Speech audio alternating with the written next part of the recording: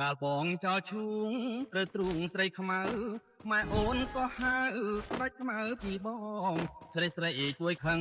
គេចាប់បងចងតៃជាប់ចំណងខំច្រៀងអងបងណាអូនអើយណាអូនអើយបងច្រៀងរួនខ្មៅអូនបងស្រែកបងទ្រាំមិនបានបងលើកខ្មៅព